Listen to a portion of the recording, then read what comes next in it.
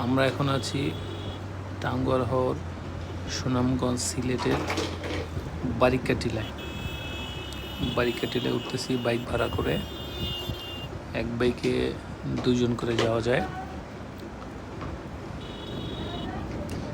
একটু দামাদামি করে নিতে হয়, বেশি উচ্চতা বেশি না, কিন্তু যদি একটু রিল্যাক্সে যেতে চান তাহলে বাইকে যেতে পারেন।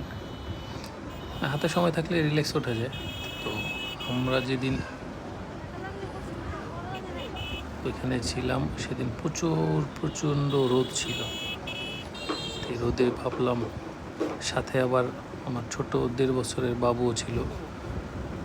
এই রোদের মধ্যে পরে হেঁটে না গিয়ে বাইক ভাড়া করে নিলাম। যাওয়া আসা মাত্র 100 টাকা নিছে। একটু দামাদামি করে নিতে হয়, ওরা যাওয়া আসা 200 টাকা চায়। তো আমি একটু 2-3টা বাইক দেখে 100 টাকা যেতে পারছি।